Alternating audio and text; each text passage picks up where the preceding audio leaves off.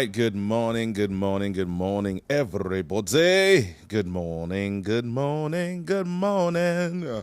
How are you doing? Good morning, good morning. Yeah, it's another beautiful morning in the Federation of St. Kitts and Nevis. And of course, we are here live on another episode of Let's Get Real. Of course, I'm your host, as the name suggests, Mr. Maurice E.K. Flanders. That's my lawyer name. All right, so again, it's another struggle getting up this morning, but nevertheless, we are here because we've got a job to do, and we are not going to neglect our duties at all. All right, so let me give a shout out to all the folks who are already online. Be sure to tag your friends, share the live. This morning, we have two unusual things that we got to do today. And we're going to talk about those things in just a few short seconds. As a matter of fact, let me just let you know from the onset that we have two things, as I said before, lined up for you today. The first being at 9:30, our special guest for this morning will be the Right Honorable Dr. Denzil Douglas, candidate for the St. Kitts Nevis Labour Party in constituency number 6. So we're going to chit-chat with Dr. Douglas just a little bit, find out from him how things are going with the campaign and his plans for his constituency, and ultimately his role in Labour government if and when they get back into government, what his role would be, and of course the legacy in which he intends to leave, given this opportunity again to be back in government. So that's one. And the other that we are going to talk about is not we're going to talk about, what we're going to share though is a live stream from Congress Maynard. He is the St. Kitts Nevis Labour Party. So this morning, let's get real full of labor. Yeah, so Mr. Congress Maynard, he's going to be doing a live stream at 10:30. So when our conversation with Dr. Douglas is finished, then we go straight into the live stream from Congress Maynard. He has something that he want to share with the people and, of course, his constituency. And it's a great surprise, I'm told. So you might want to stick around for that. You might just be the lucky recipient of whatever Mr. Maynard is. So you got to stick around for that, all right? And before we get Dr. Douglas on the link, I just want to touch a couple of things. Dr. Douglas is at 9:30, so let's go straight into our program this morning. Those of you who are paying attention, I'm sure you've seen it. It was making the rounds on WhatsApp yesterday. A video that the Honorable Sean K. Richards did over at the site for the new prison. And I sat and I watched that live and I was dumbfounded. Like, I couldn't believe what I was actually viewing and listening to. Because to the unsuspecting, and I'm guessing that he's pondering to his base, because he can't be talking to sensible people who have been paying attention, who have been living under a team unity government for the past 7 years. Can't be us he talking to. But be that as may, the issues still have to be discussed. Sometimes, as I always said, don't watch the messenger, watch the message. So for quite some time, Dwyer Rastafan has been trying to hint us as to what is happening over at the new prison. The monies that the prison needs to be built. And let me just say here from the onset that I have seen videos of the living conditions of those people in HMP. And whether we like it or not, they're still human beings. Some of them have done some inhumane things, but nevertheless, they're still human beings. And since we're not animals, you know, that prison was built to hold about maybe 60 persons. And right now, I'm sure anywhere between 200 to 300 people are resident there. So the conditions are deplorable. The ventilation is horrible. The sanitary environment that they're supposed to be in, it is non-existent. You could be sleeping here between 4 or 5 men and somebody taking a dump right this is in a bucket or over a drain or something. So I understand the need for a new correctional facility. Right? So let's just start there. I don't intend to practice any kind of bias or blind political agenda. It is what it is. So, and I think these plans were, and we could confirm with Dr. Douglas when he gets on, these plans were already in the motion. And here again is another thing that politicians use. They say that nothing was being done. They say that the other party had no plans. But they come in and they continue the same thing and they take it as their own. So if you don't pay attention, you get lost in the fray. Anyhow, we're keeping our eyes on the clock. So the plans was already there. The issue with it is how it's going to be funded. And the Honorable Sean K. Richards said that the funding for the prison is going to come from CBI receipts. The budget for it is going to come from the CBI receipts. It is being told that about 4,000 to 5,000 of our passports have been allocated, and they are going for a certain amount. I think it's 140, 170, somewhere between there, US, right? And if you do the calculation, that works out to be well in the hundreds of millions, right? And the budget for the prison is 87 million, right? So one would have to ask, so when we done get the 87 million, what gonna happen to the rest money? The company, I think, is Galaxy. It is Galaxy gonna keep the rest money? Are they gonna pass the rest money on to us?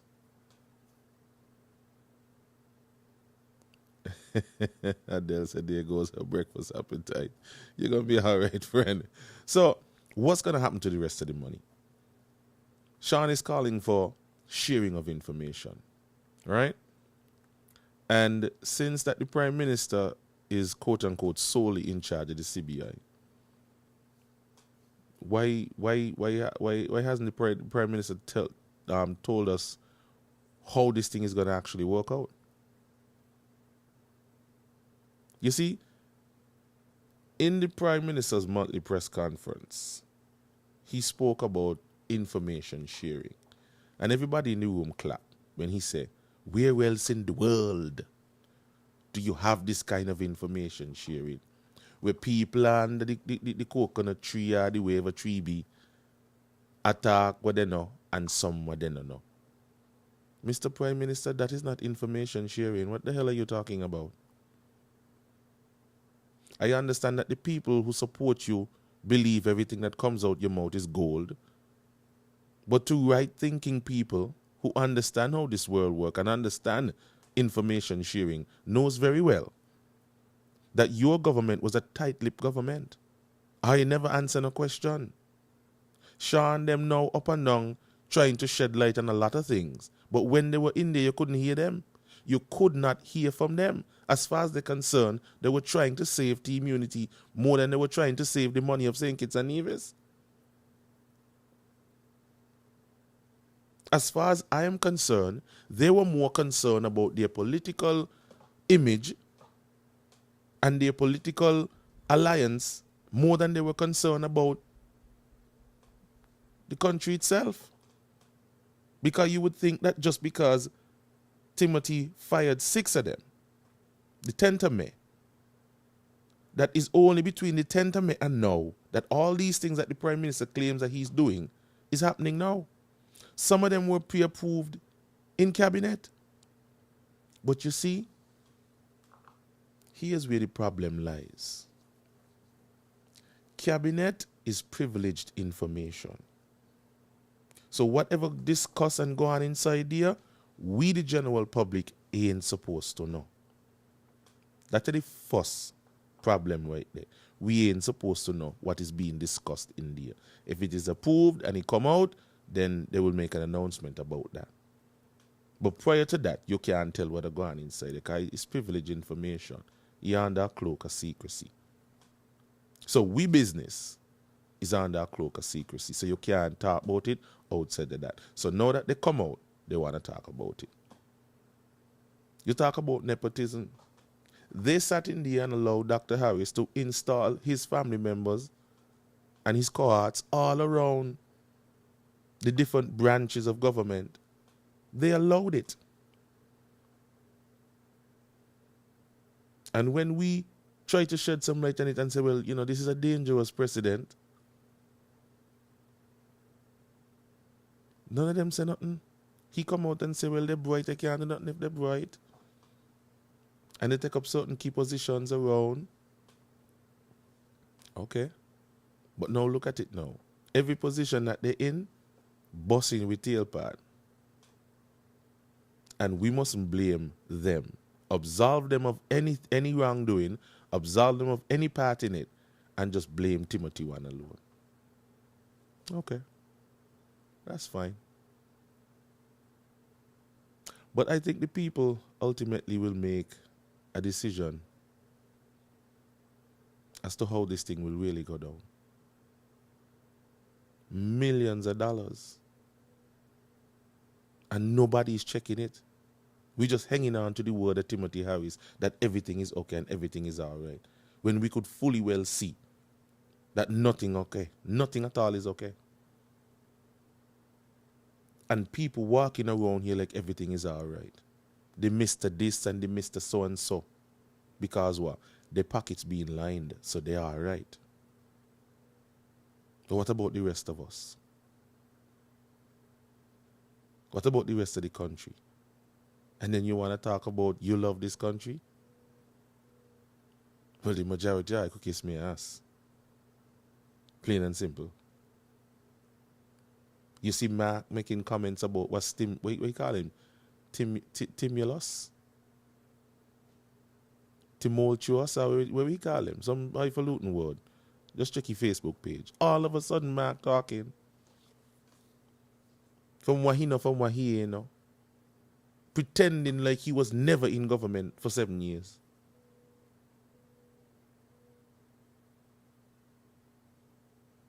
Everything is on Timothy. That's the same tactic they pull with Dougie. And we're going to ask Dougie them question this morning. Because people need to understand how it is this government actually functions. How government actually works. Some people gone in there and they don't allow nothing. And it's plain to see that they don't allow nothing. These frivolous arguments that they come up with for political gains. If you look at how the Constitution is set up, I was one who was saying, but the Constitution needs changing, the Constitution needs changing. But when you sit down and you read the Constitution, the Constitution outlines how things are supposed to be done. And if things are done how the Constitution said it should be done, we're going to be all right.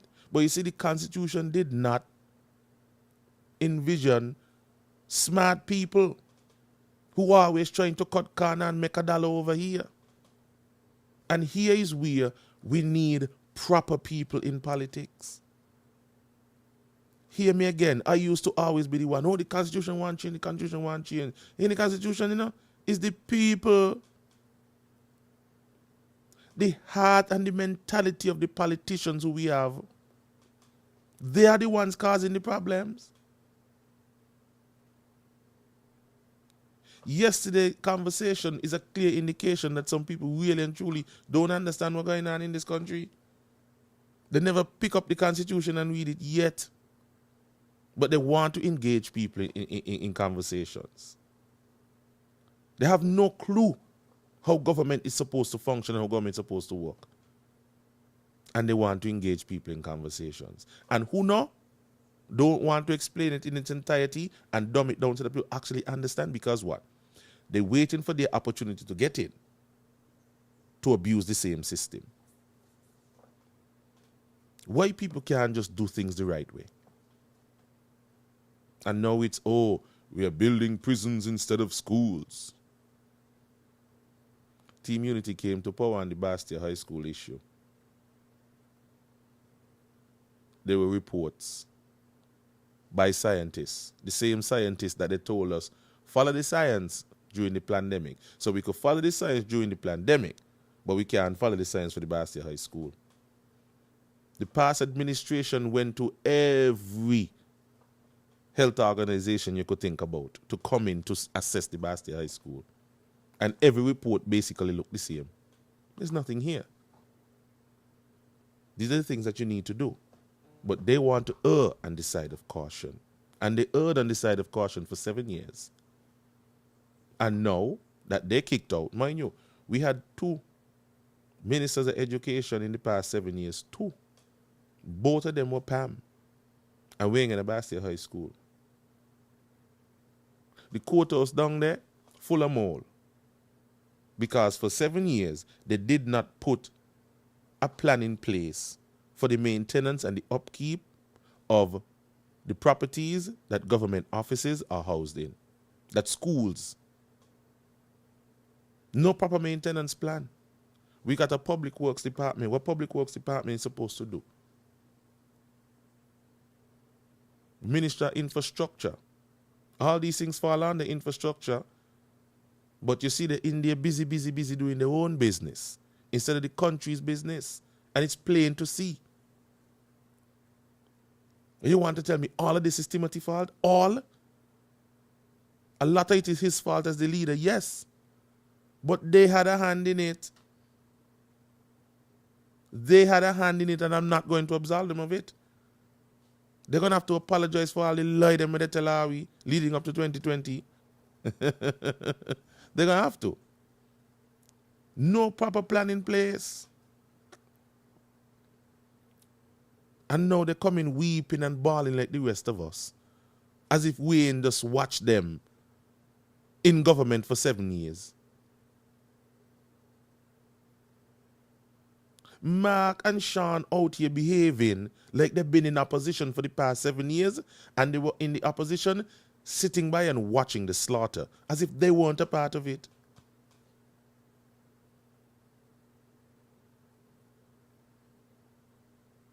Timothy is accusing Mark Brantley of mismanagement of Nevis, and Mark accused Timothy of hoarding all the CBI receipts.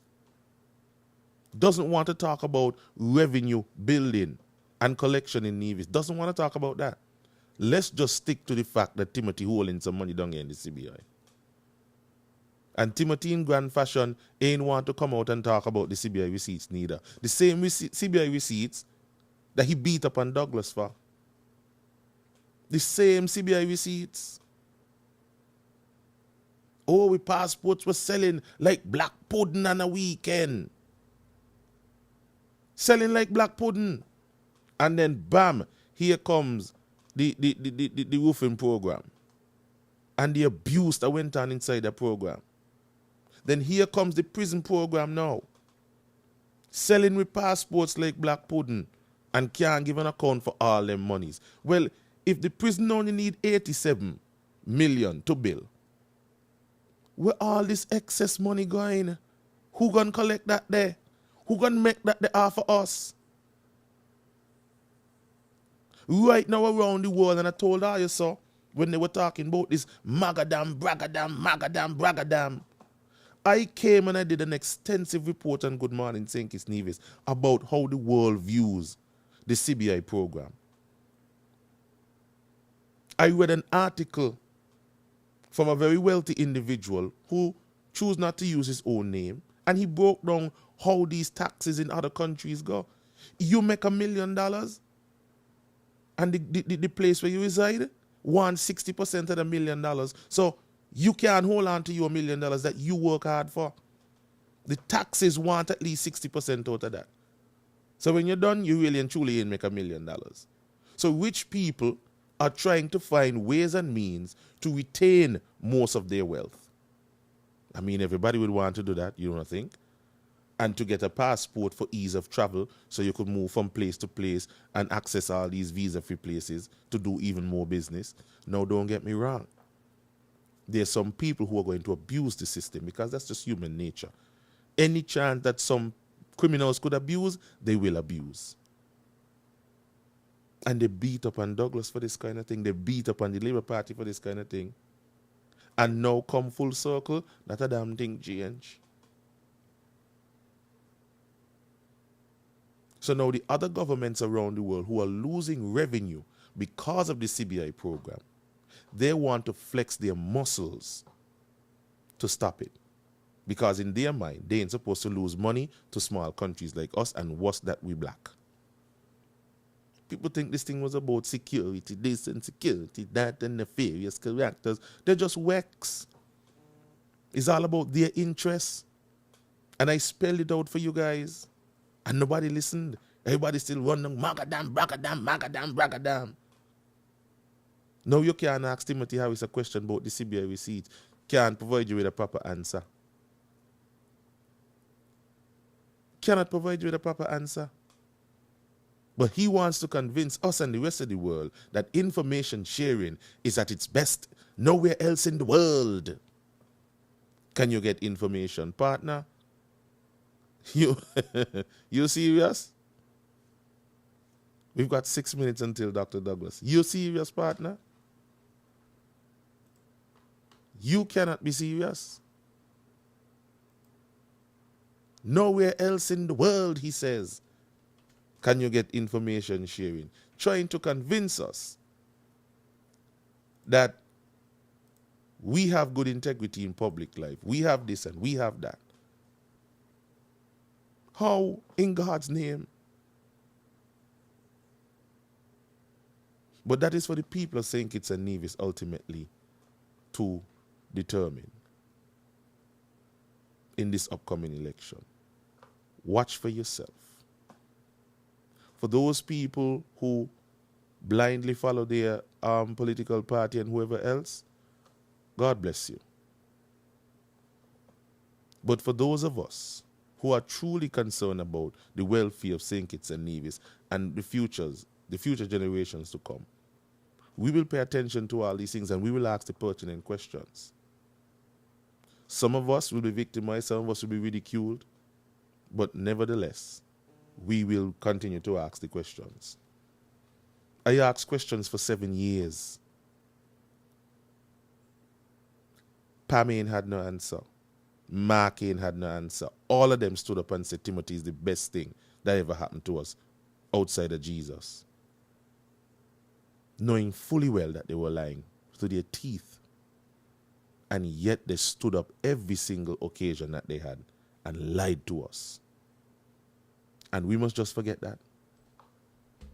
We must just forget that. Look how they abuse one another. Sean said before they get in, one couldn't afford to pay his horse and up he Jeep. Now he got 2-3 Jeep, bill $1 million horse. This is what that type of one another. Who take up post some up skillet and put them down so. I mean, what kind of Charlie Brown cartoon thing this be? And every chance Mark get your talk about he buy his own shoes and watch. When we were talking about this Verdi scandal, nobody wanted to say anything. And now all of a sudden, all of them now went down. And just want to point finger at Timothy alone. All of them are complicit in it. Every last one of them. And they have to give an account. So I'm just hoping that the next government that comes into power here in St. Kitts and Nevis, God forbid it's Timothy, but I'm hoping that the next government that comes in would enact these things, put these things into motion, put these things into place, and allow these arms to function, to check our ministers. Integrity in public life, freedom of information, all those things are non-existent. Sean says so himself that he and Mark want to go back in to keep the promise where they make in 2015. So after 7 years, not a damn thing though, but give them another chance to go back in. Go do what again?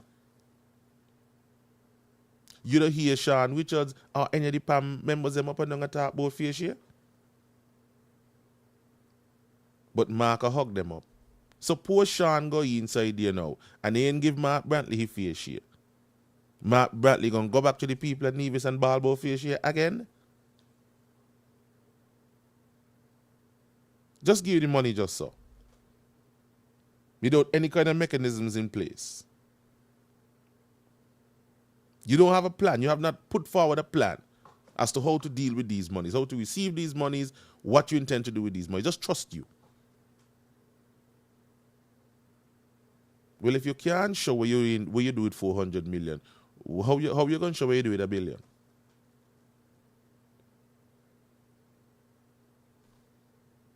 Just a couple of questions. No ill will. Just a couple of questions. All right. It is 2 minutes before 9:30. if there's such a thing, 28 after 9. At 9:30, we have Dr. Douglas to have a little chit chat with this morning. So, folks, again, you can stay tuned, and we'll have a pretty good conversation this morning. And throughout the rest of the week, we'll be having more and more guests. As you know, we get closer and closer to our election date. We saw the PLP launch over the weekend. We heard from the candidates. Some of them sound all right, some of them not so all right. But hey, ain't everybody could speak in public. And I'm going to say this, and it might sound a little off to some people. Some people might not appreciate it, but I'm going to say it anyway. We have had the brightest people, the most qualified people at the helm, right? And we have seen how that has turned out.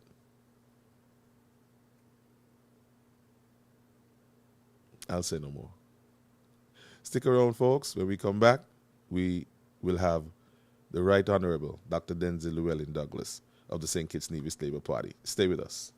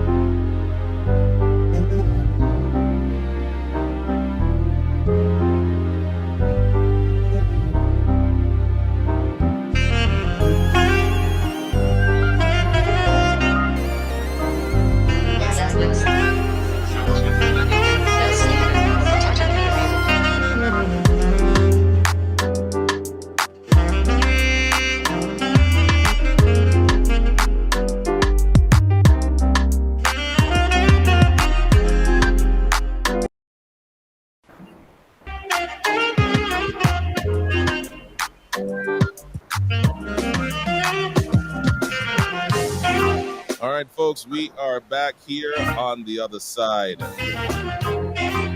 Thank you so much for sticking around. Good morning.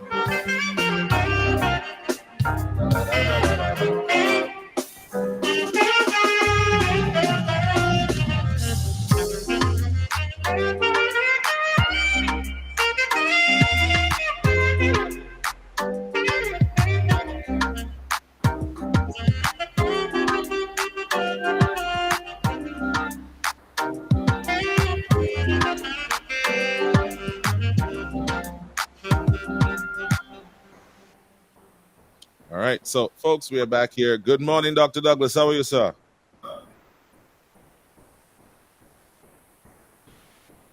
Hello, good morning.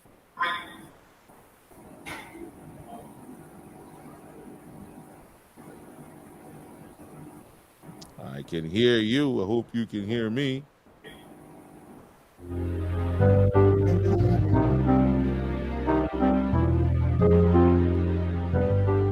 All right, let's see how we can get this thing up because you know sometimes these technical things don't work out so well. Hey.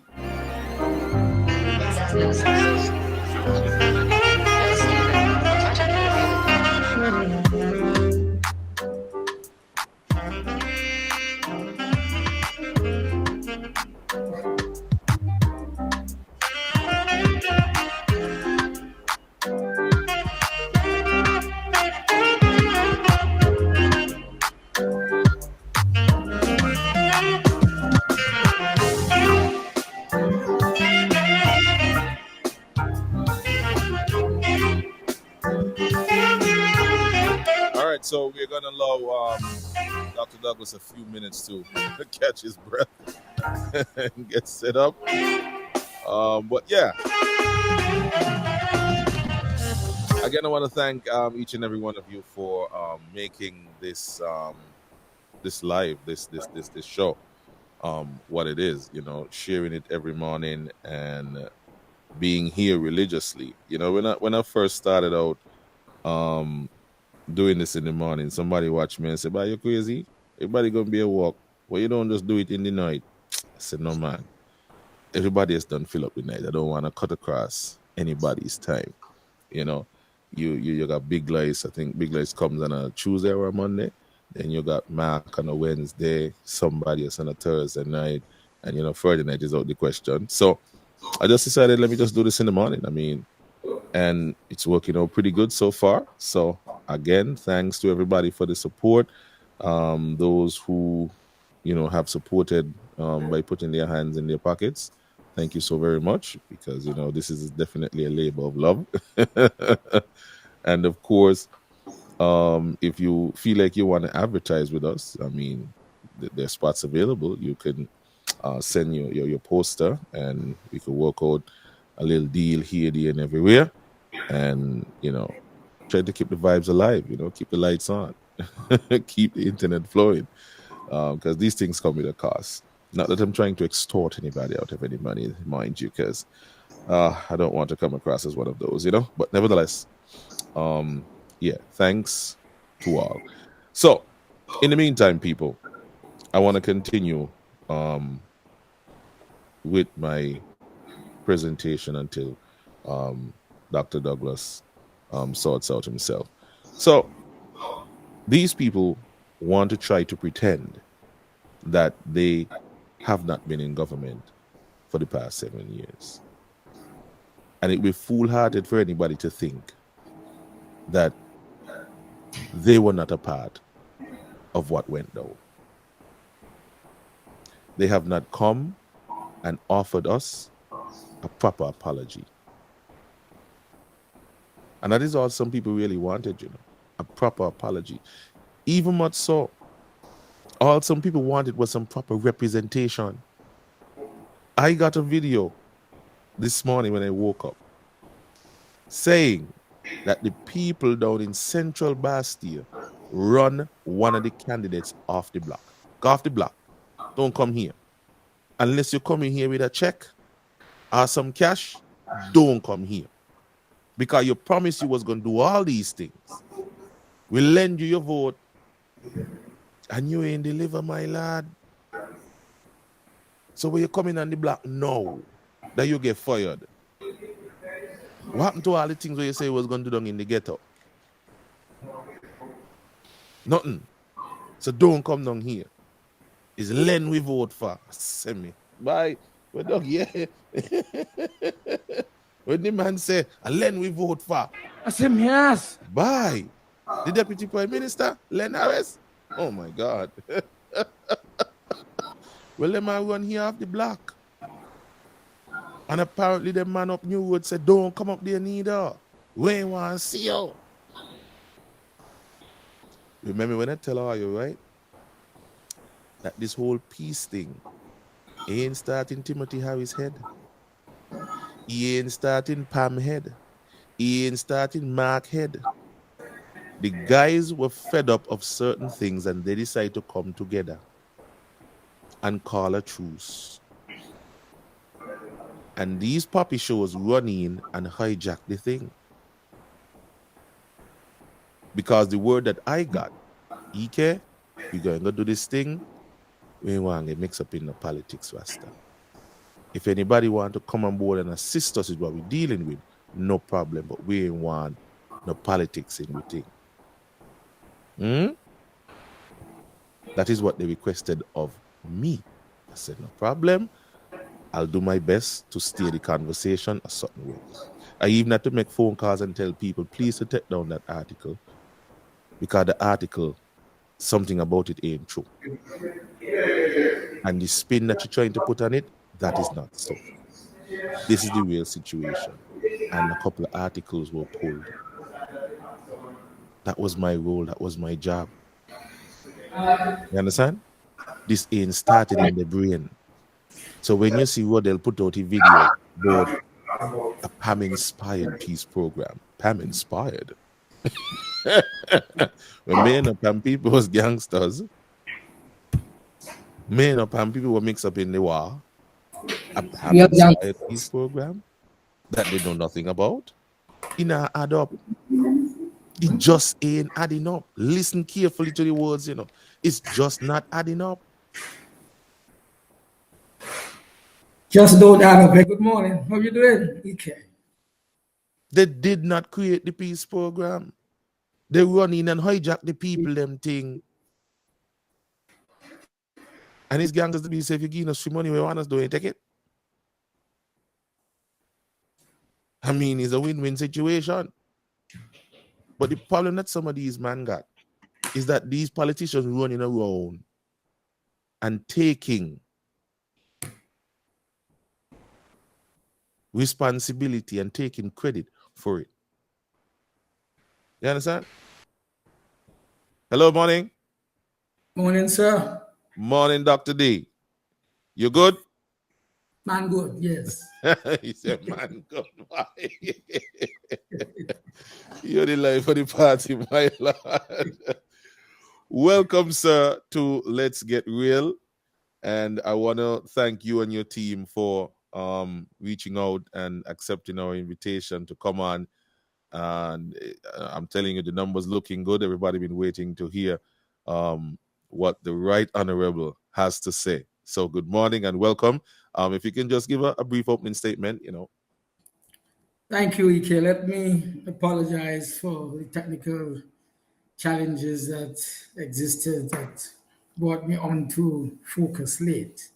Right. But I want to really thank you for the opportunity to be on your program and to speak to the people of the world from your own platform here in St. Kitts and Nevis.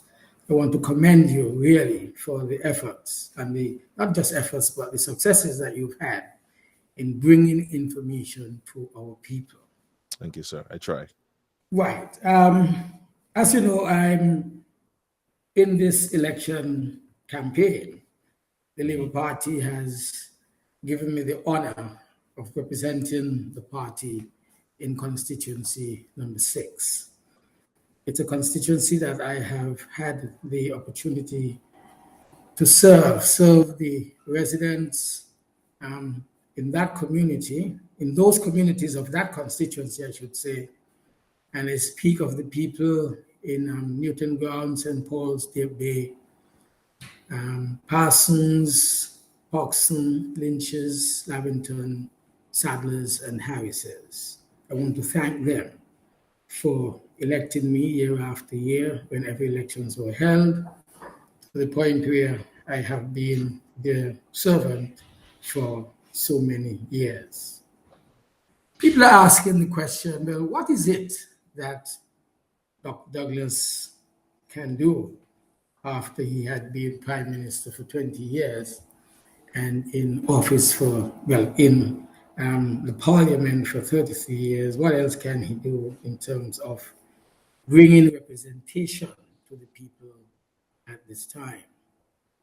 Firstly, EK, and of course to our listeners, this is a very unprecedented time in our political history and development.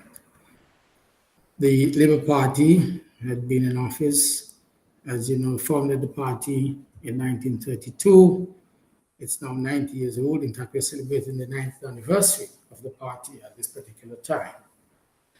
And we've held office, so to speak, from the onset of adult suffrage from 1952 or thereabout until 1980, when there was an interruption in the service provided by the Labour Party with a coalition that lasted for 15 years, coalition between the People's Action Movement and the Nevis Reformation Party. And then after 1995, we were able to get back into office. And then we lost office again in 2015 after 20 years. And during that period in particular, I was the leader of the party. And now, 7 years after we came out of office in 2015, we are now at the throes of general election and hoping to get back there. During that period, of course, of 1989 until now, I have been the elected representative. And so I am again the representative. What is it that I can do? What is it I'm expected to do? Firstly, I would say very broadly at the national level, I'm expected to work with a team of elected representatives and maybe those appointed as ministers to continue the agenda of development here in St. Kitts and Nevis. Transformative type of development, in the sense that we obviously are in very, very trying times. We've had a government that was in office for 7 years. Government has collapsed in its second term. In fact, just about 18 months after its second term, back in 2020 and June, we recognized that the country no longer could bear the difficulties, the stress and the strains among the members of the cabinet and the government, and so that government has collapsed. I believe we are in an unprecedented time of uneasiness, instability, uncertainty. And with my experience that I've had for these last few years, I believe that I can bring some stability in the Labour Party as it tries to deal with the issues that it will find there when it takes office with the blessings of the people in this particular election. I'm expected, therefore, to work with the team of elected persons on the Labour Party side, those who will form the cabinet of ministers, and those who would be called upon to serve in various capacities of leadership in a new Labour administration. I would be the only one, God's willing, in that cabinet that would have served in a cabinet before. Because as you would know, we've had Congress Maynard, who was elected back in 2010. However, 2015. However, did not get the opportunity to serve. As a government minister, because by 2015, that's when we lost the election, and it is that election that brought him into the parliament. Right. We've had Dr. Hanley, who was elected with me again in 2020, has never served really in the government before, although Dr. Hanley has had very, very top positions in the government, being a youth director, and has been one of the architects, together with the Minister of Youth at that time, Bruce Philip, to have created the People's Employment Program, the PEP, which is now changed to STEP. So Jeffrey has operated at a very high level in government in the past, but no one else really has had that. No one really has had that position in government, and so I believe I can bring some stability, some guidance, some support to the new administration that is expected to take shape after the elections. With regard to my own service, though at the constituency level, I've been saying that I would have much more time now to deal with the agenda of development of the communities of my constituency.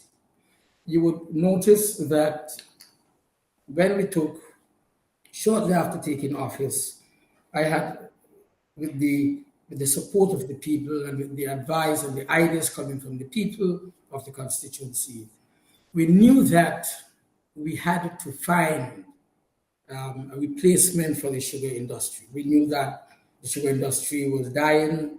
We said we would give it a 10-year period of revival to survive it. It did not work, and so we decided after 10 years to move on. And so back in 2004, we decided to move forward. And it was always a burden on my heart. What will the people of my area do? Because at the time when we were closing the industry, you had an industry, and from my area, the people were mainly women. They were of primary school education level. They were mostly head of their households. They were not properly empowered. There were difficulties with the men and their partners that many of them lived with. A lot of the men, of course, were agricultural workers, and it was just uneasy and difficult. And so we really absorbed what was an idea that was put to me by Washington Archibald and others, who felt that the time had come to do away with the sugar industry, and let us try to recreate what was the glory of the Capacity area in the earlier historical days, when there was a direct link in several ways, social and economic activities between the offshore islands of Statia, Sable, St. Bartholomew, St. Martin, etc. Let us try to recreate the economic activities that characterize the relationship between the people of St. Kitts and Nevis at that time and the Dutch and the French people from the offshore islands. And so we created the Whitegate Development Corporation. The Whitegate Development Corporation, in fact, was government cabinet agreeing for near 4 square mile portion of the north western tip of the island, starting from the valley just outside of Sandy Point and taking us all the way to Bellevue. And so we would have a special development area so designated, and we would try to develop that area, linking particularly what was the agricultural belt of the country with the promise and the glitter of tourism, which of course was the way that the new economy was going to move. Hotel tourism and hospitality development was going to be impactful to us in the overall national development thrust. And so that area was so designated to assess, to pursue that new thrust of development, not only in the Southeast Peninsula and the Frigate Bay area, but down there in the northwestern tip of the island as well. And so there was created the need to develop that area. First, we brought in investors who began to develop the Petition Hill. This was an area designated for 3 hotel developments.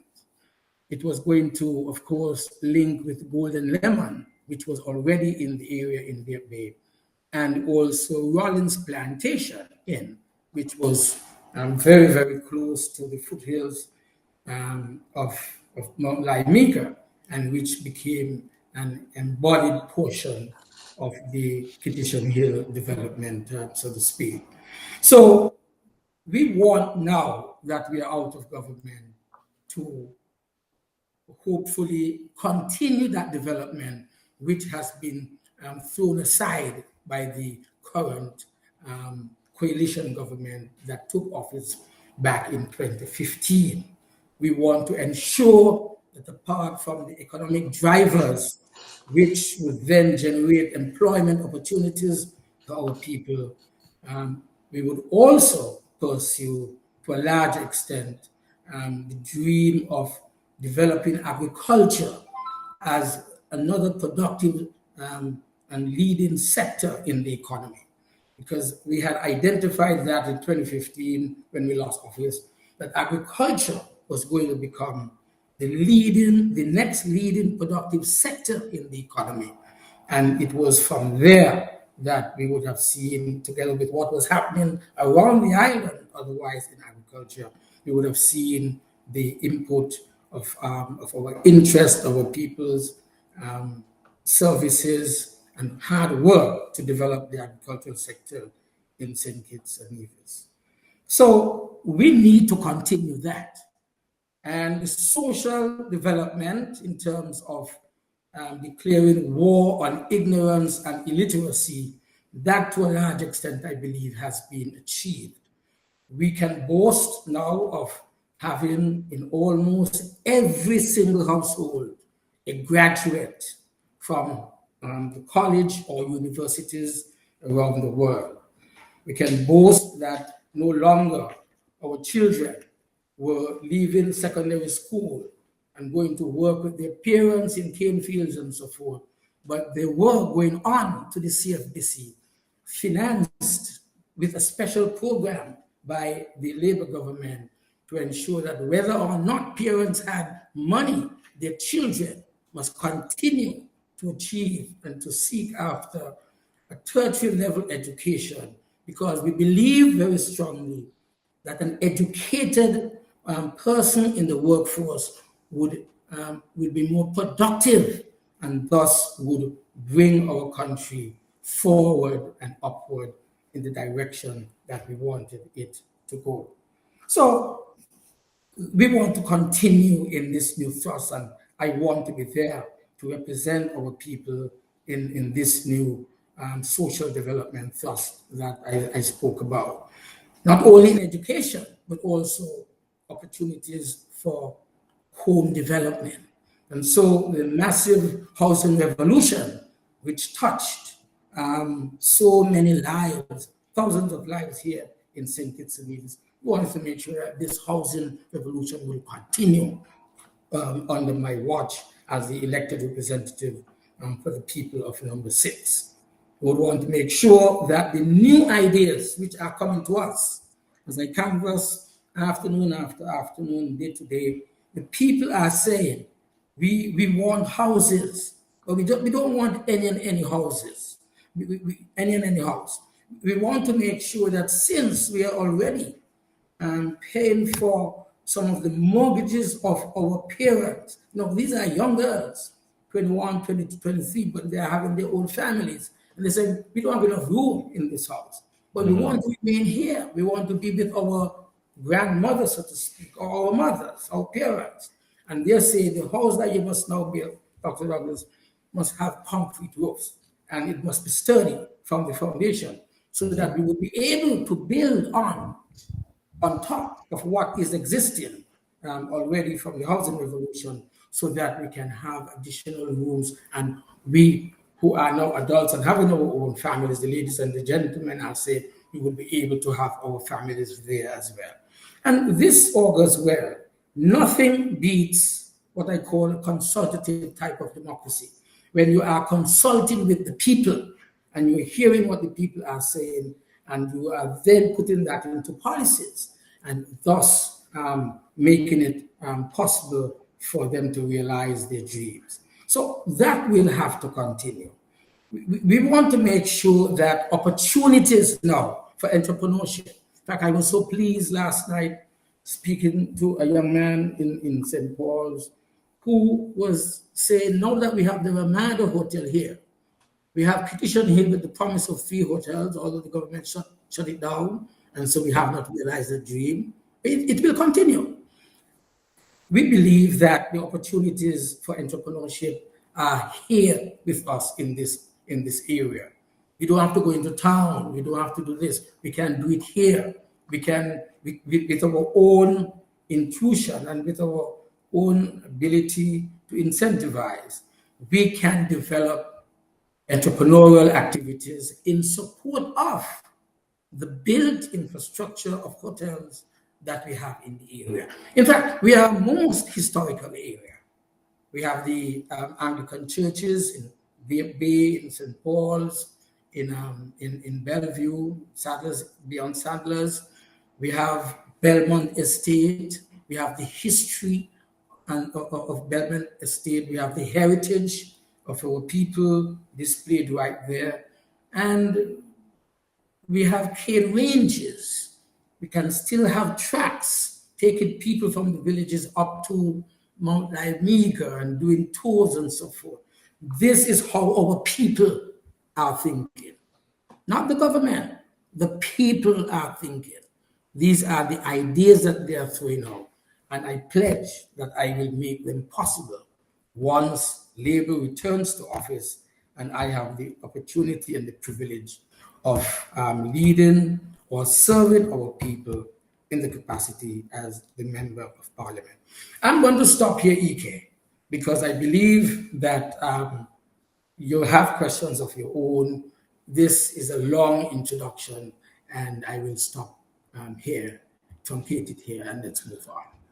All right. Well, thank you so much, Dr. Douglas. And you've made my job, pretty easy this morning, because I'm sure that you've had time to canvass, as you say, and listen to the people, hear what their needs are, and you will formulate the necessary policies that you would need to enact in order to deliver to the people in the constituency and ultimately to the people of St. Kitts and Nevis. So this is the type of conversations that we would want to hear coming from the various candidates. But it appears to me that the St. Kitts Nevis Labour Party has the ears of the people. They know exactly what they need to do to deliver to the people, because the Labour Party has always been about people.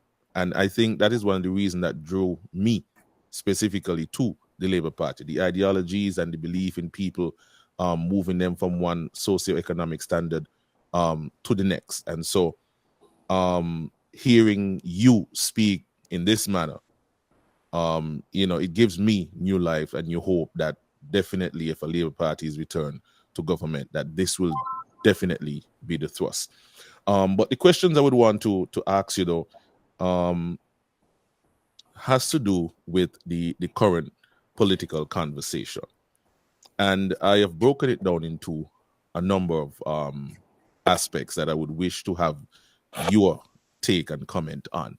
The first being the integrity in public life. For the past 7 years, we have had a number of scandals coming to light, and we have had no answers.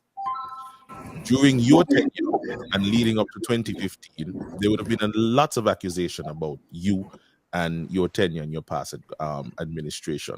So going forward, if a Labour Party is returned to office, what would be your thrust and your policies moving forward to do with integrity in public life for the parliamentarians and the cabinet members, and of course, by extension, some high officials in the civil service.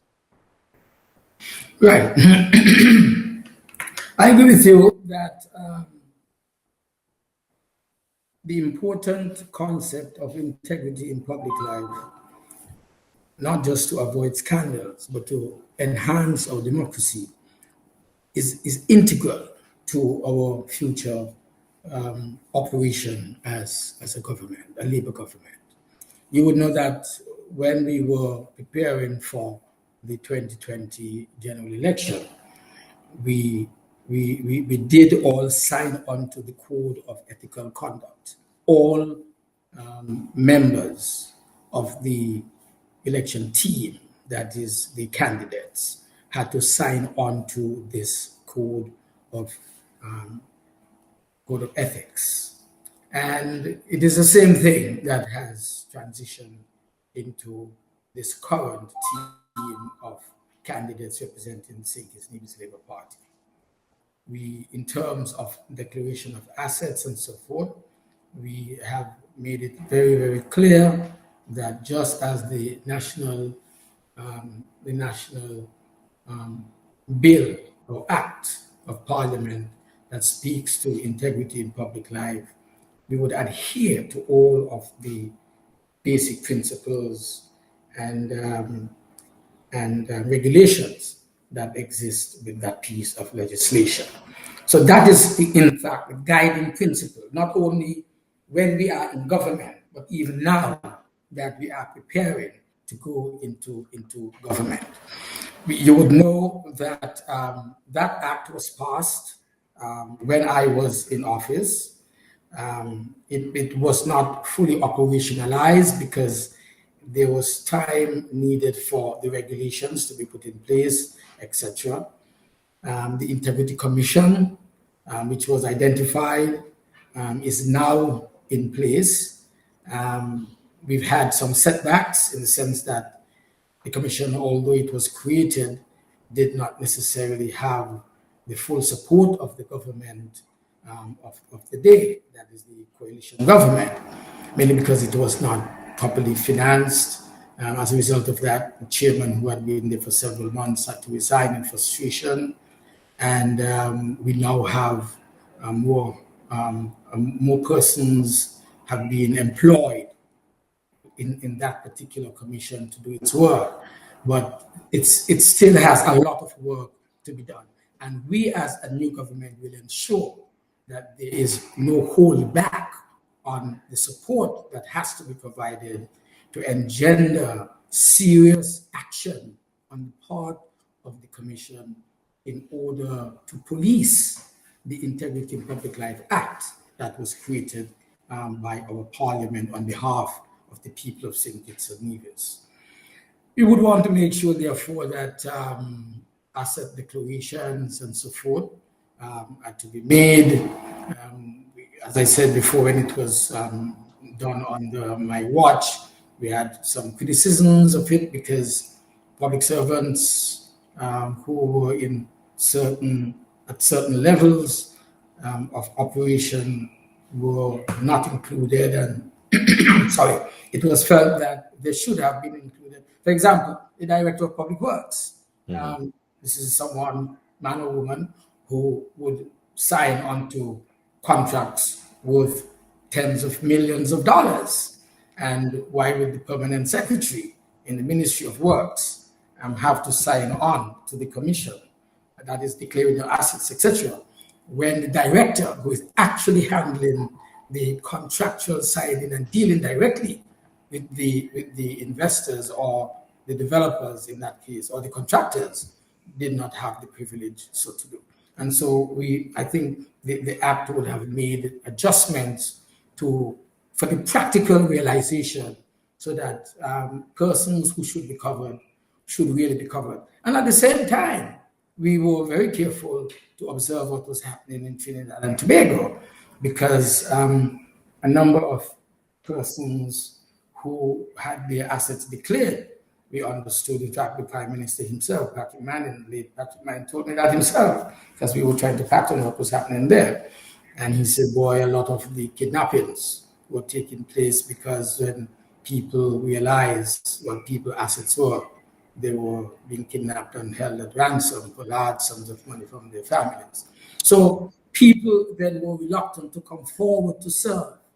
And so these are some of the difficulties that we experienced when we were there. But the Labour Party, again, gives its commitment that it shall. In fact, I had the opportunity to bring this kind of laxity that existed in this coalition attitude towards the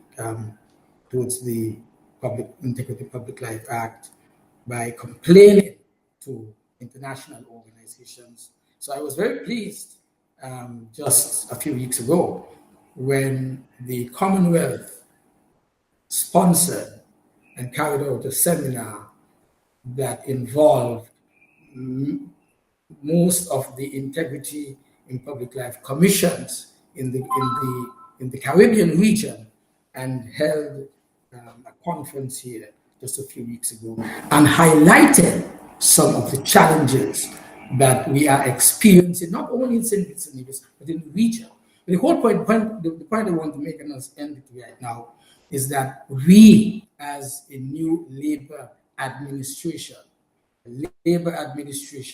on the new leadership, not the leadership of Dr. Douglas, but on the new leadership, will do exactly what the cabinet under my watch was seeking to do, and that is put integrity in public life in the center of our thrust in not only sustaining our development, but ensuring that our democracy, but ensuring that democracy works.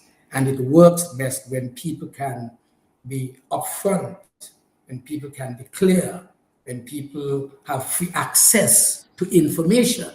And so the Integrity in Public Life Act will also go with the information bill that we had passed, which allowed access to information by the citizens of St. Kitts and Nevis, thus further engendering our thrust in maintaining integrity in public life.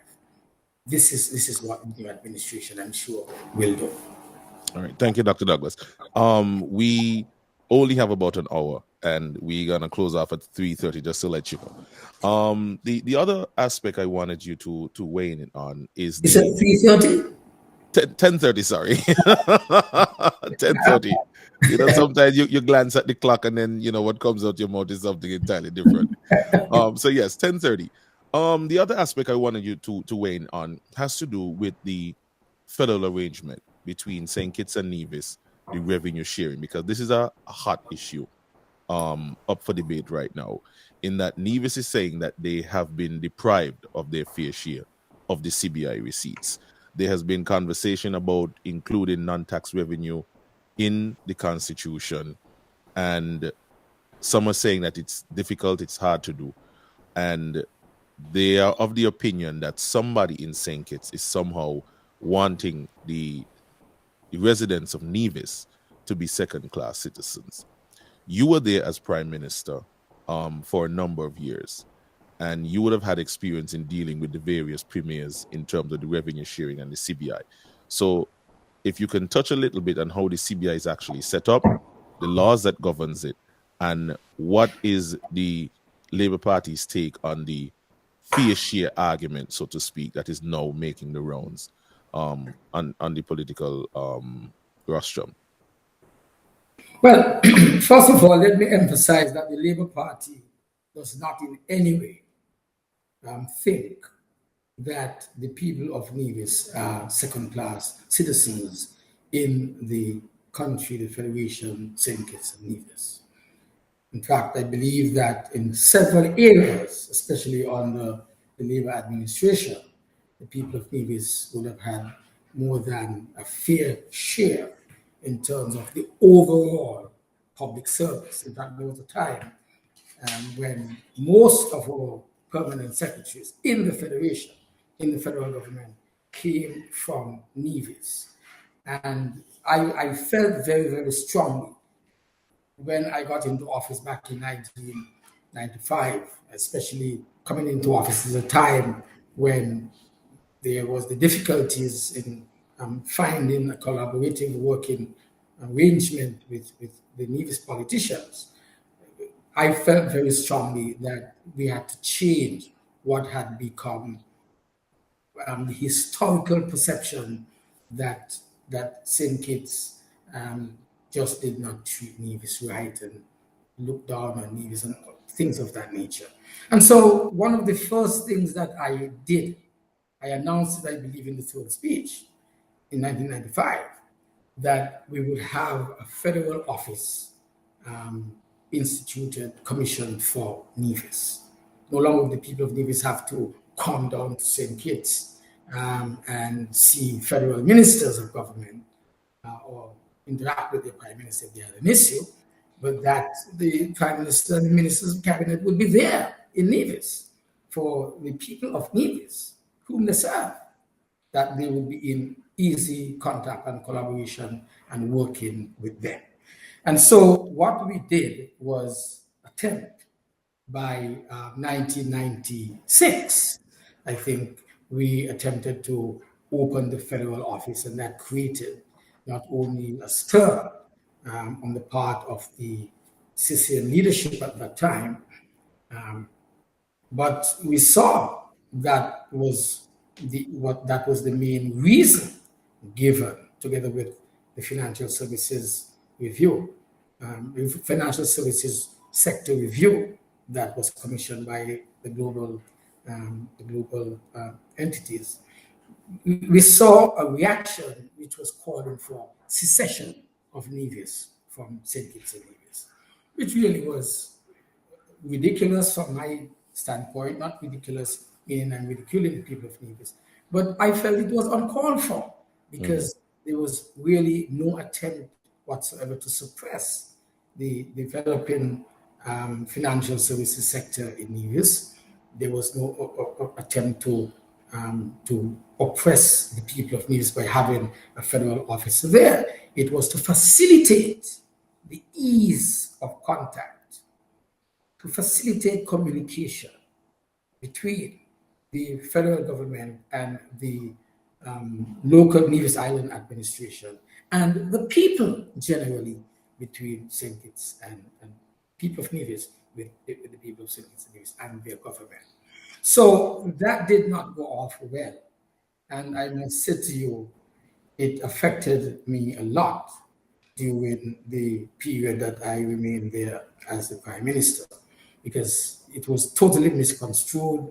I think it was spun politically out of control, and the people of Nevis, it would appear, became more embedded in their view that St. Kitts is trying to do something to them to keep them down. That's why, and God allowed it to be so. By 2010, when the Labour government had a full majority, it had 6 members, and we could have formed the government just like that. We didn't have to invite anyone else to be part of the government. But because of what really was our main thrust and agenda, when we took office in 1995, the opportunity came for me to reach out again to Nevis and say, listen, we can form a government, which is the Labour government, but we would want Nevis to be involved at the highest level. And so Mr. Parry agreed for Patrice, the Honorable Patrice Nisbet, to come forward. And so Patrice came forward as our Attorney General initially, and then became our Minister of Foreign Affairs and Minister of International Trade, etc., here in the federal government of St. Kitts and Nevis. The Nevis situation is not one that we take lightly in the Labour Party. We see it as being a critical matter to be resolved, to be dealt with. That's why, again, when I was there with regard to the CBI, because you asked about CBI as well, fair share, what we tried to do as much as possible was to share the proceeds. For example, out of the CBI came the SIDF, the Sugar Industry Diversification Foundation. And the foundation was basically told from the federal government, please, whatever your board says needs to be done with regard to assisting Nevis in the way that you're assisting the federal government on St. Kitts, please go ahead and do so. And there are several projects that the SIDF funded, especially those projects for small enterprise development, etc. Those were pursued. I was invited over to Nevis on several occasions to ensure that the programs that were in St. Kitts, a large extent, were being duplicated in Nevis as well. In fact, we felt very strongly that the one-to-one laptop computer program, which had become so popular in St. Kitts, that the Nevis students must never ever be left out. And again, I accompanied Patrice in Nevis together with Glenn Ghost Phillip, who was one of the architects of that program. And people missed that program because Glenn Ghost knew exactly what he was doing. He was into IT. And so he understood what every laptop in the hand of a child would do in terms of properly educating our populace and getting them ready for the new technological age, and giving a laptop computer to every child in high school, and eventually it was going to go down to the sixth graders in primary schools. This was being enjoyed across the board. And so the CBI, the proceeds of the CBI were to be used in every way possible. This notion that anything from the CBI was a loan, it's not true. It's just not true. That's not true at all. It's false. And I can tell you without any shadow of a doubt that we sat down, Ms. Parry and myself sat down, our cabinets in fact sat down on several occasions because we had frequent joint cabinet meetings, and we mapped out what it is we would want to do. And you know what we had said, because there was this notion that the CBI, that there was discrimination against Nevis, the projects in Nevis were not being approved, they were being shunted aside and so on, all false. And so we agree, listen, you would have your team of people come to the CIU, the Citizenship Investment Unit office in St. Kitts. They would be trained. They would handle all of the Nevis projects. And when you're satisfied that they are properly trained, then we will have them transferred back to Nevis, and we would have an office in Nevis, a CIU office in Nevis, to deal with the Nevis projects. I think we had agreed at that time on either a 20 or a 25% sharing of the revenue. But this is something that needs to be discussed, mainly because, you see, what you would also want is to ensure that projects are generated in Nevis, not that Nevis Island Administration would just receive a donation of sharing the non-tax revenue. But we would want to make sure at the same time that efforts are being made in order to ensure that new projects are generated in Nevis. And so that is the area of discussion, I'm sure, which will take place, or which maybe is taking place presently, so that we can get it right. And getting it right really is to respond to the call that Nevis must get its fair share, St. Kitts must get its fair share. But it must be done in the spirit of true cooperation and collaboration, where investment and thrust at marketing and promotion are being made on the island of Nevis to develop projects and not just simply depend upon the projects engendered and developed on the island of St. Kitts. So this is a live matter. We believe, yes, that there should be sharing of the non-tax revenue, not only the tax revenue, but the non-tax revenue. And we believe that it should not only be the non-tax revenue, but it should also be the tax revenue. And to a large extent, I believe that we had responded to that quite adequately in terms of sharing the tax revenue. Remember, it was Nevis that broke off the sharing of the tax revenue when Nevis was doing exceptionally well. And the Four Seasons was at its peak and the economy was doing well. It seemed as to somebody in Nevis thought that, well, I know we're doing well, we don't have to share it. So he was just cut off. You understand? And this is what took place before I got into office. And so I want to make it clear that we should now then revisit not only the tax, but the non-tax. And as you said, if it should be rooted in legislation, then so let it be. But these are matters that need to be discussed between the two cabinets of the two administrations, the federal as well as the island federation, the island cabinet in Nevis. All right.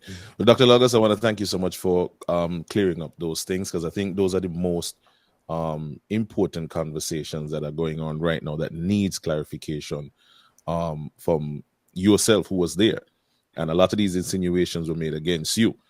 And to be honest with you, they've been... One was there longer than me, so I must know. Exactly. But, you know, Dr. Douglas, and finally, because we got to wrap up now in about 5 minutes, finally, I would want to ask you, because I have been one, and I'm sure most people would tell you, I've been one who have went out there and championed your name and, you know, try to push back against, you know, the propagandas that were being peddled against you, the insinuations made against you, the accusations being made against you. I would just like to know from you personally, finally, and in your wrap-up, you could also speak to the general elections and, you know, how you think you will fare and the whole 9 yards. You'll know how to do it. But I would want to ask you personally, why didn't you make a greater push to defend your name and your legacy in the face of what the opposition was saying about you then and what they still continue to say about you? Just simply why? Right. Simply because I was being advised, and we were being advised, that the people of St. Kitts and Nevis can boast of a 98% literacy, and they know the history of the country. They have lived through the development. They saw what the administration before did. They were experiencing what I was doing. And a lot of times we were being told, don't worry about those things. People are educated, people know what is going on. But we were wrong because of the power of the social media, which we had not properly developed during my administration in defense, not just of me, but of the administration that I led. And to a large extent, a lot of our people were fooled. Secondly, I must tell you, I was for a while not aware of the hypocrisy that was being practiced in my own cabinet. People in my cabinet were leaving the cabinet, go on their phone on pretense of they getting a call, and sharing information on the spot with critical decisions that we were making. In fact, as I'm saying it now, my mind goes back to a guy who we call the big one, who I understand passed, must be last night, and so may his soul rest in peace. I hope I'm not saying anything that is not right. But the big one confessed afterwards that he was being fed information by Harris and others who were sitting in the cabinet rooms with us. And it is that kind of hypocrisy and deception that has brought us to where we are today. Because you can do that much then, but you can't do it forever. And that is why I'm not surprised that the Harris administration has collapsed, because we've gone full circle. Full circle. Full circle. God is not asleep. God is awake. And what is happening to our country today is a clear indication that, as we say, when you spit up in the air, you're going to fall back in your face. What goes around comes around. The lies that were practiced and perpetrated by Dr. Harris himself and others, casting aspersions on the government that they sat in. And that is what is happening today. I had to fire Dr. Harris for that practice. 6 men tried to fire him, and then he ended up firing them back. We're going around in a circle. It's a circus that we're in. It's not a real government anymore in St. Kitts. It's a circus government. And the people of St. Kitts and Nevis need to get real in terms of making the right decisions in bringing into being a new government that will really serve their interests and not the interests of individuals. So I was not able to fight because the fight was from within before I realized it. These guys are very lucky that they were able to see what was happening in the cabinet and decided to make a move at the time when they did. Might have been too late, but nevertheless, at least they realized that it was not a real government that they were part of. It was a circus government, and the circus government now is before the people, for the people to remedy and to rectify. This election is an important election exercise. It is important because a lot of the issues of development, a lot of the matters that pertain to the development of our people have been almost put aside for 7 years. And what we have in place is a non-functional government, a dysfunctional government, which amounts to be a dictatorship in our country. We are only 3 elected members in a parliament of 11, with 3 senators, 14, 15 people, are making decisions as if they are a real government. There ain't no government. That there is a puppy show government. That there is a circus. You understand? And that is why the people need to go out and make critical decisions for their own advancement and development. The country has been held back. I'm not saying that a lot of the policies that were being pursued were not good policies, because a lot of them were continuing from where we were. But they have become sidetracked because of greed and personal aggrandizement. People were being told in 2015 that Douglas corrupt, Douglas gonna get arrested, can't, this, he can't, that. He tried to leave the country, leave our country. I've gone all over the world for the last 7 years. Douglas is still here. I'm still here. I'm not going away. I am here. And I am here to serve the interest of the people, using my years of experience, my basic understanding of people and their development needs, and applying that experience for the furtherance of our country. We should not be where we are today. We were number 1. Now we are number nothing. And that has to be corrected. And it has to be corrected fast. A word finally to the young people. I want you all to brace up yourself. It's not an unnecessary abuse of the things that make you feel different. Get real, fellas and ladies. A better life is there for you. Yes, we will get into those areas that will allow for plant medicine development, its proper use, and its economic and financial returns to individuals and to the nation on a whole. But the street corners, so many young men puffing and so forth. Let us get beyond that. Let us get our young people into the CFBC. Labor will return the financial support for our children to go beyond secondary education. We will continue to push them to colleges and universities around the world. I secured scholarships from Cuba for hundreds of our students who have gone there and now are the professionals. Look at it. Our future Prime Minister was trained in Cuba. We have come full circle.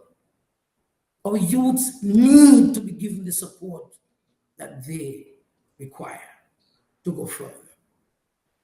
We must bring jobs for our people. We go around the entire country. People are just talking about boss, not na do. Not na do, boss. Not na do. What do you think they mean? No jobs. The $500 per month. What the heck is that? Trying to fool the young people that Labour gonna discontinue the PAP or the peace program. A group of young men in my office yesterday, some 19 or so of them. So fellas, that's nonsense. You should not be concerned about Labour going to stop the peace money. The peace money is not enough for you to live from. Labour wants to go beyond that. And Labour wants to make sure that there's proper accountability. I stood in the parliament. I heard that thing was $43 or $48 million approved by the cabinet during the budget session for the same peace program. How much of that got into the pockets of the peace members? How much of that is in the pockets of others for whom it was not designed? That is what we're saying. Proper accountability must be demanded by our young people. Don't be fooled. Demand accountability from your government and those who are managing and administering the programs that are designed to assist you. I kind of get it warm now, so I'm going to stop here, boss. I'm going to stop here. I don't want you to get too heated, Doc. Save some of it for the the campaign. I don't want to get burned out too quick. But Dr. Douglas, I want to thank you so much for taking the time out of your busy schedule to be here with us and to put a couple of things into perspective, because as you rightfully said, propaganda has a way of sticking if you don't push back against it. And so I want to thank you for answering that question for me. I think my heart can rest a little easier now, because that has always been something that plagued me, why you didn't push back, but I understand. And so I'm hoping that going forward, a lot of these things that are being peddled out there, that you and others, along with my help, could assist the people both home and abroad in understanding and putting into perspective and getting it right. So thanks again, Dr. Douglas. And of course, all the best. Make sure you get enough rest, my lord. You hear? Yes, thank you. I need it. Indeed, you do. So thanks again, and I hope that we can have a follow-up conversation to this, because I really want to get some other views from you regarding the overseas voters and how we intend to deal with that and the whole. And as a matter of fact, I think we have a couple of minutes left. So I would like to get from you, what are your thoughts on the voters who reside overseas? And is the Labour Party putting a contingency plan in place in case Dr. Harris decides to try what Pam and CCM tried in 2020 by keeping our nationals out of our electoral process? Right. Any person who is registered and whose name is on the register of voters has the right to vote in the upcoming general election. I know it is somewhat controversial as to whether or not political parties can or should facilitate those who wish to come home if they do not have the means of buying their airfares, etc. The standard practice is that it is not illegal, and as a result of that, I am sure that at the end of the day, the St. Kitts Nevis Labour Party will take the decision, if it can, to assist persons to vote in the elections, that the election that is upcoming. Of course, we can't tell them how to vote. The Labour Party will never sign any agreement or establish any agreement with anyone that you come and you got to vote for us or for the Labour candidate, because that may be within the realm of cheating and bribery. Treating or whatever, I don't know. But I'm sure that the legal experts will be able to guide us along those pathways. But once their name is on, it should be. Second part of the question, though, it reminds me of a release that was issued yesterday by the Labour Party with regard to the protocols which Dr. Harris abused in the last election, 2020, in preventing people from coming home to exercise their franchise. As far as I know, the world has changed since then. In fact, the world authorities, and as a medical doctor, I believe it very, very strenuously, and always believed that it would happen,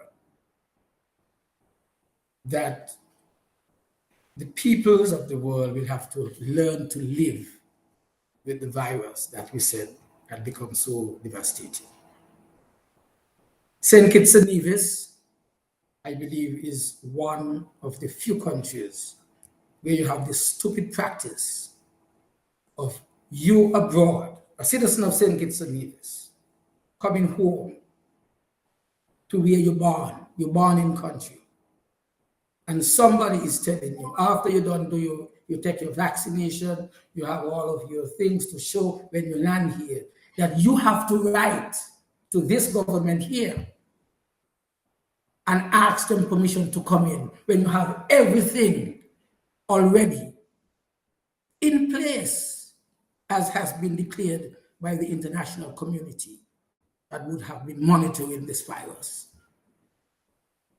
And if Dr. Harris thinks that he's going to use this to prevent people from moving in for music festival or for whatever purpose, then he's going to be met with resistance.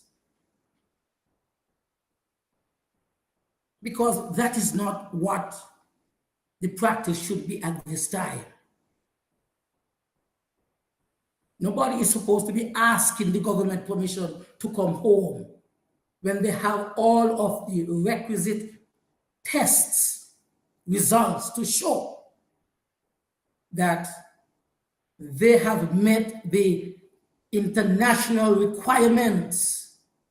And we are saying that the government of St. Kitts and Nevis is wrong, is discriminatory in insisting that you have to write to them. I have had situations where people have missed their flight, and when the person is saying he's supposed to respond to them, eventually get online, they say they fell asleep, all this kind of bull, those things must not happen again. It must be discontinued. And that is why I say if Dr. Harris tries to use this as a means of getting an advantage in this election, he will be resisted. And he needs to understand that. And the people of St. Kitts and Nevis need to understand that as well. And that is all I will say about that for now, EK. You've put up on the screen, which is good. That's the press release from the St. Kitts Nevis Labour Party. So right. For those who did not see it, I just wanted them to get a clear indication of what you were referring to. But Dr. Douglas, again, thank you for the extra time, and I'm going to let you go now. So all the best in the upcoming elections, and again, be sure to get as much rest as you possibly can, and so you can serve the people of constituency number 6 and ultimately the people of St. Kitts and Nevis yet again, if and when the Labour Parties return to office. Thank you again, sir. When, sir? When? I apologize, my lord. When? I corrected myself, because I know you, So when? All right, thanks a lot. All right, thank you so much, sir. Goodbye for now. All right, so that was Dr. Well, let me call his right name, the Right Honorable Dr. Denzil Douglas. Always a joy to speak with Dr. Douglas. Very upful, very charismatic, very intelligent, and you can see the difference when somebody of experience speaks. You can tell. And this is what I would want to hear from any candidate who is vying to run for public office. You must have a clear sense of what it is you want to achieve based on what you would have gathered interacting with people on the ground. And formulate your policies, formulate your ideas, formulate your programs, so that when you get into government, you hit the ground running. Not that you're in there stumbling around and asking, well, remember it's only been 7 this and 7 that, and and we only just come to government and all this kind of foolishness. People need proper service, proper representation.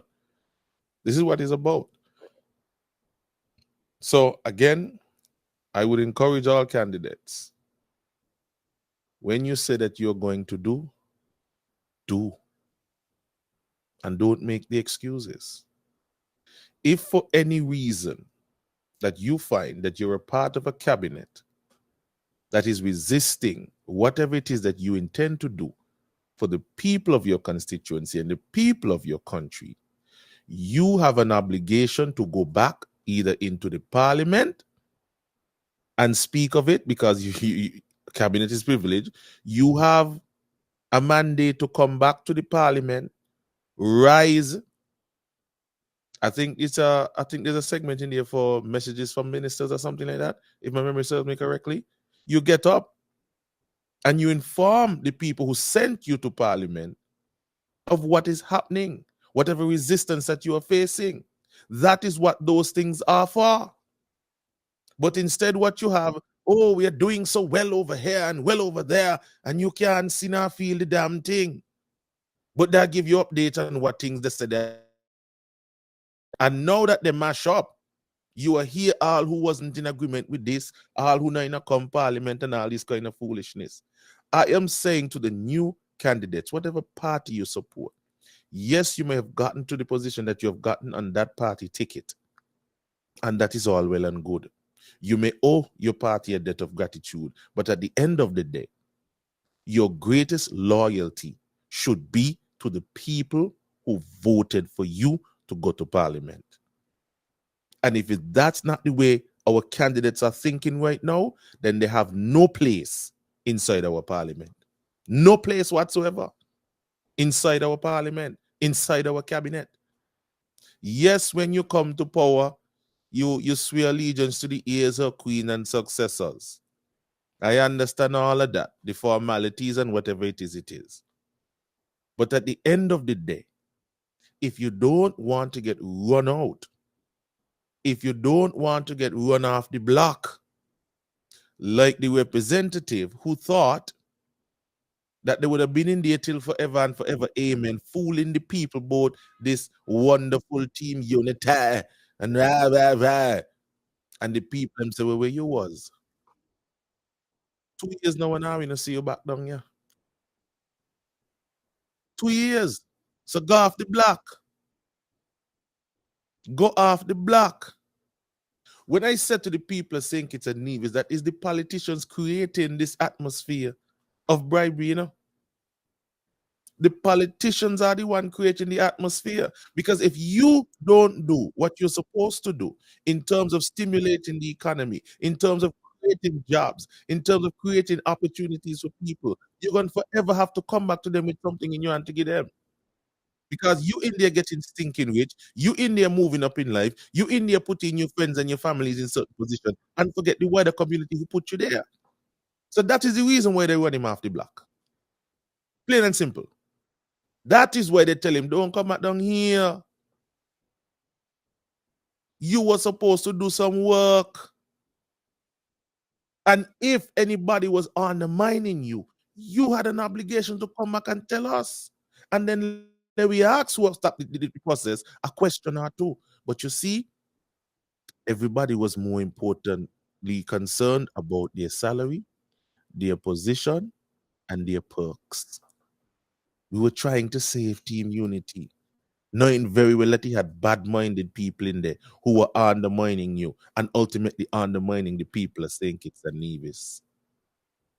Yeah? And you have nobody to blame but yourself. You see me, Ike? Me ain't think the political party want anything to do with me. Because I confusion. And I confusion bad. And nobody gonna cast aspersion on my name and me and deal with it then and there. You understand? Don't care how rich you be, you can't go with it. The only thing that you have of substance is your name.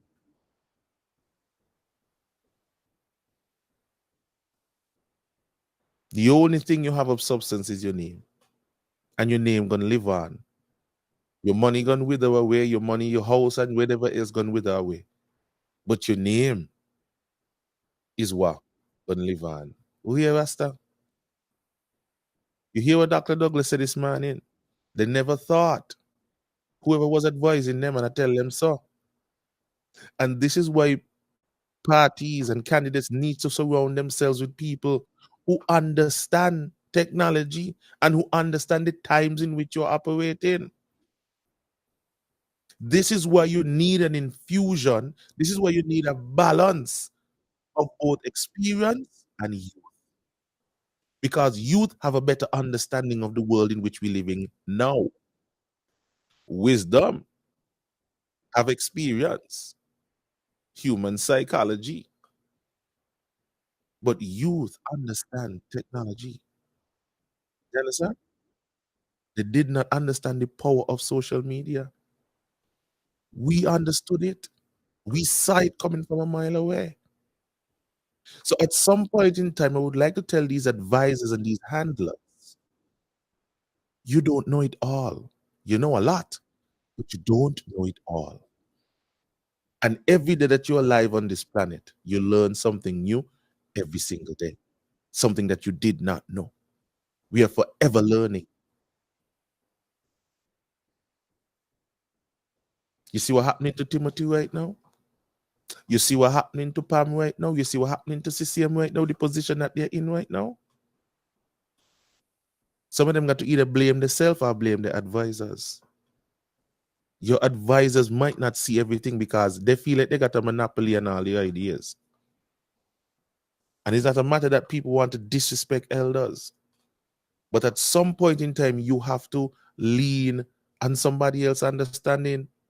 The same boy blinder, we lean not on our own understanding, and a little child shall lead them. All them things in the boy blinder go church every Sunday, and I don't know. Are you not here to these things? Simple things. What you saying? Dougie, what you say? I said, yes.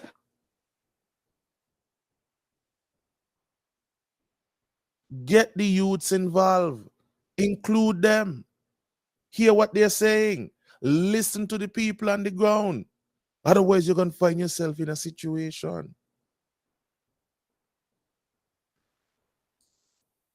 So now Jonel got to run in the ghetto with a bag of money. Who you going to blame? The young people?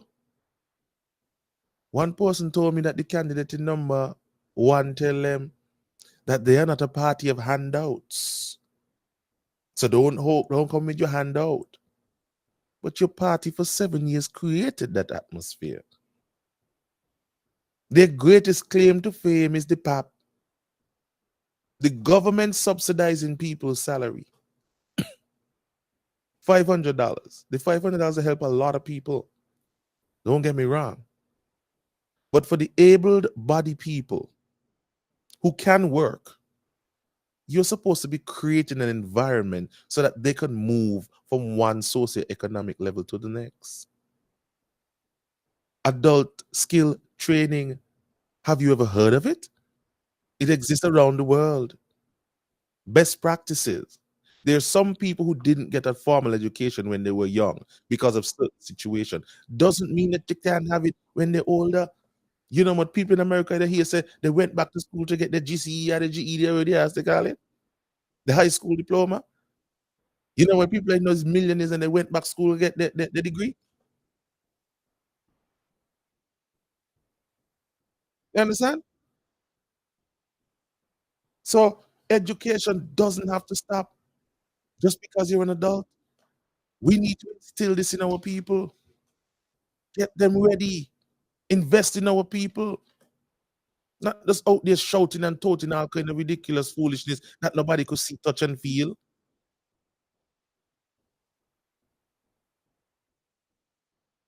You understand? Listen to your people on the ground and what they want. Yes, the GED, sir. Thank you so much. The GED. The government school will get it so that they could raise up their standards. You understand? A lot of people that can't do certain things because they either got pregnant at an early age and did not have the support system. Provide the support system. Provide it. How come we can't? I mean, many even want to give up this idea because this is one of my business plan that I have. So many even want to get out for nobody to go and teach it. So I'm going to hold back. I don't want to put it. I want that to be my business going forward. But there's so much ideas out there that people could come up with. But you need proper funding, put policies in place, create the atmosphere for people to go so that when you go back to them, you don't have to go back to them with a purse. You went with the purse, you get it, you get a vote for the first time around. Okay, I send you go do some work. When you come and you give me the money, I send you go do some work. And you don't do no damn work. And now you come back who say, well, don't forget the last time. Don't forget the last time.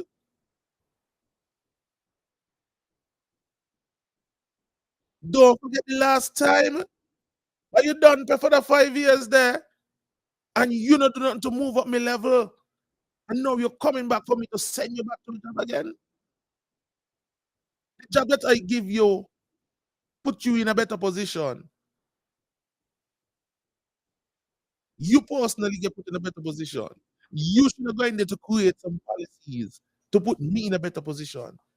And if you were getting resistance, you had an obligation to come back and tell me. You need to tell big man this. Sharing of information, that's what it's all about. Whistleblowers. Timothy in there kick all your ass for 7 years. And I ain't say nothing. All I said that Timothy is the best. I even had it me believing that Timothy is the damn best and all. How much time I said that there? Are you even had in me nearly believing that Timothy is the best? The amount of times I said so. And no, how you want to come out and say, a long time he bad. A long time he undermine me. I want somebody just duck eye with a bucket of dirty ton water. Who's supposed to believe that there? Hmm? But I hope Dr. Douglas realized now that in order to combat against these people, because they're lazy,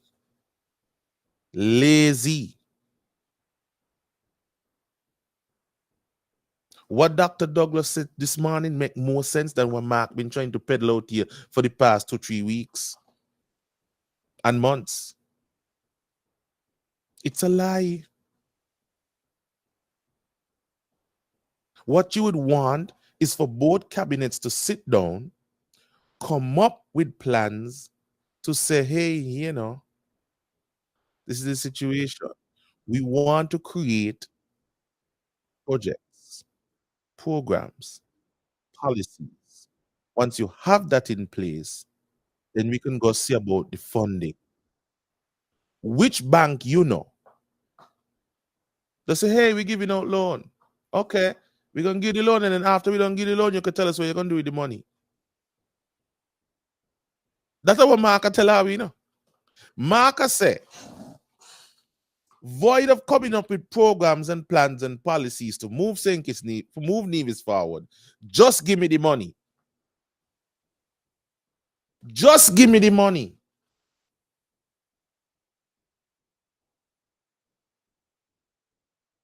You could just give people money just without a plan. So you got to go to the government with a plan before you could get the government support and money. You got to send an invoice before you could get the government money. But he just want Timothy to just take up $1 billion and give him just so.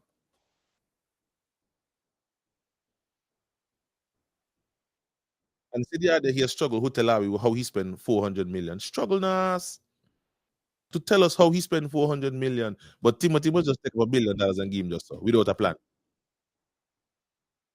You hear what Dr. Douglas said? He and Parry sat down. Parry had a plan. Parry came with a plan. This is what we want to do for Nevis.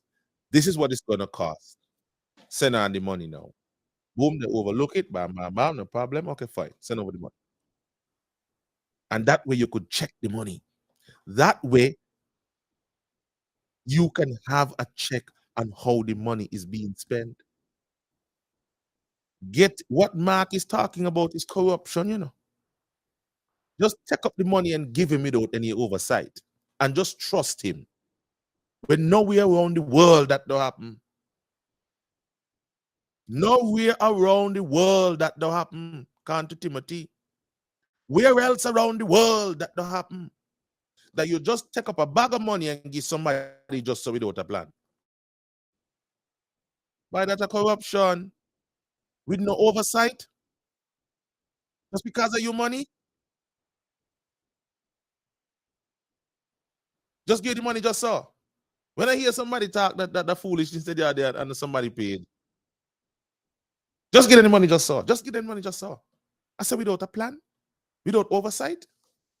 So when they squander the money, why are you going to turn on and say, oh, we should have make sure. We should have make sure after the fact. Well.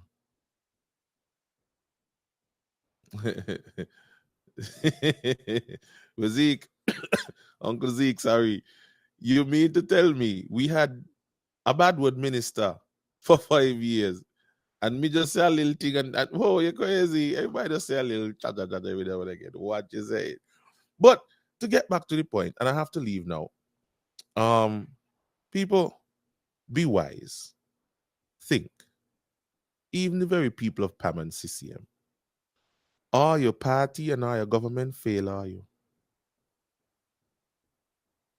You may want to blame Timothy and Timothy's to blame, yes. But they fail, are you?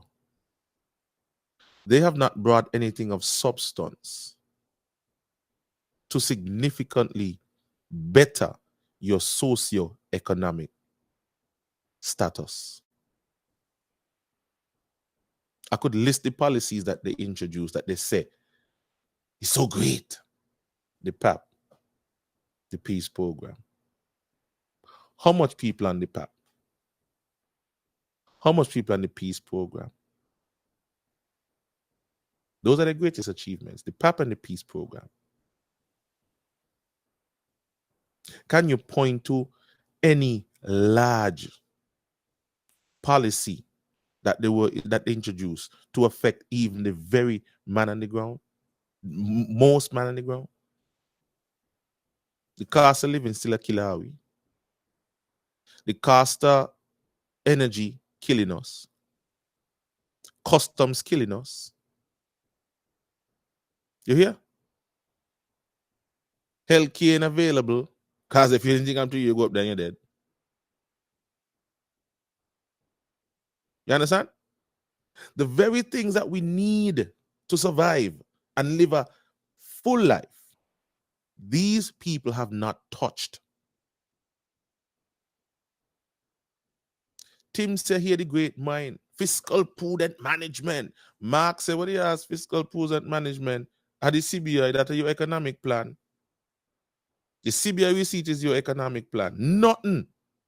So suppose the CBI dead today. You could see where Labour had a plan, you know. Sugar was the main owner. Bam, Sugar done. Douglas and Labour had a plan. Boost tourism, boost economy, boost this, boost that, and let us find other avenues of making revenue. The pandemic hit. What Mark plan be who get back Nevis economy? Mark plan is give me the CBI money. What Timothy plan be to get us a stronger economy?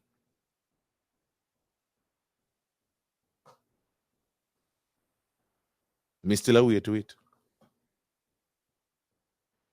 Can't give you a proper plan. Can't identify areas that need in. You hear Douglas start this morning? Douglas in power 7 years. And Douglas still talk about 3 hotels down in the valley and filling up this thing. The man, like, you know what he say? You don't hear that from Timothy? Or you don't hear from Timothy? We are going to build a stronger, safer future, but he can't tell you how. Can't tell you how. Can't tell you what other avenues he intend to buttress up and invest. He can't tell you. Just sell more passport, as somebody says. Sell more passport and sell it cheaper to get more money. That's it. And see how much people you could buy off.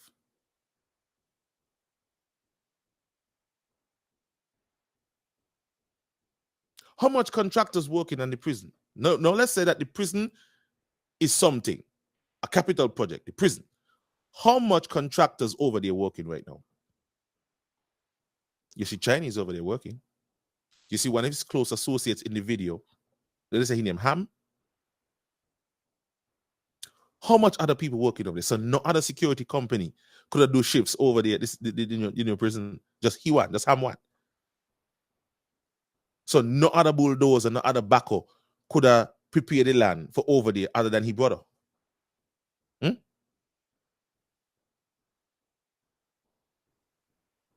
How much? What else we got going on in St. Kitts Nevis? Tell me. When we had Christoph Harver and we had the Beacon Heights and we had the one down there by Whitegate Project and we had Park Hyatt, had all these other kind of things going on. Man with bus used to shuttle people over there, no hell. What else we got going on in St. Kitts Nevis? Tell me.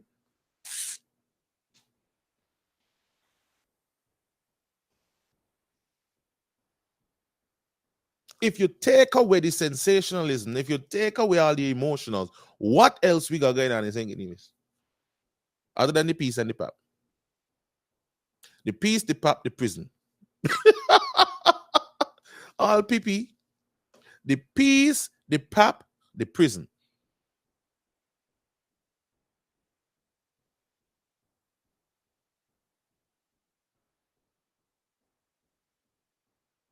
And what going on in the Nevis?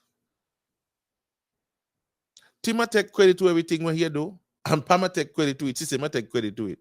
And I asked him how that go. 2 PAM ministers of education we had and we couldn't get Bassi High School. 2. Douglas was right again. Papi show government. And if you call it, everybody works. If you call it so, everybody works. Anyway, people, I got to get out of here because I've got a hair appointment. As you can see, music festival is just a couple of days away and my hair is a mess. I need to go to the hairdresser. She tell me come early, so I got to go, people. You're praising politicians for what the hell they're supposed to do. See somebody hire you at Rams to pack shelf, and when you don't pack the shelf, they come and say, great job, and have a big ceremony over the shelf. That's what I pay you, though. Now, if you create a new packing system so that the customers can access the goods a lot easier, I might might praise you. All right. Folks, enjoy the rest of your day. You hear? Stay out of trouble. And don't engage nobody in that rah over the politics. If you have the patience to wait and see if they're going to come around, you could wait and see. Otherwise than that, don't stress out yourself. Don't bother with it. What you say? A circus government. Yes, that's it. Oh, my Lord. Folks, goodbye for now. We'll see you on the other side for another edition of Let's Get Real. We are now available on YouTube. We are also available on 2 Facebook pages right now.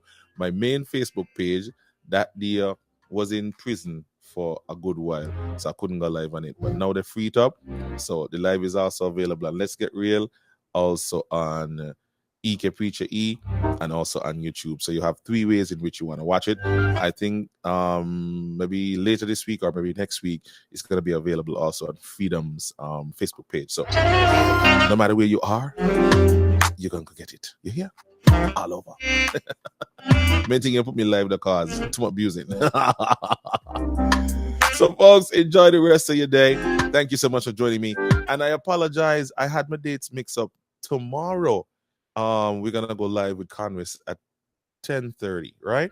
But prior to that, we're supposed to be having some folks from the Ministry of Tourism, and they are going to be coming on in the first segment to share with us some information. So look out for that tomorrow. I'll make sure and confirm it first. All right. There's the Cash App. There's the PayPal.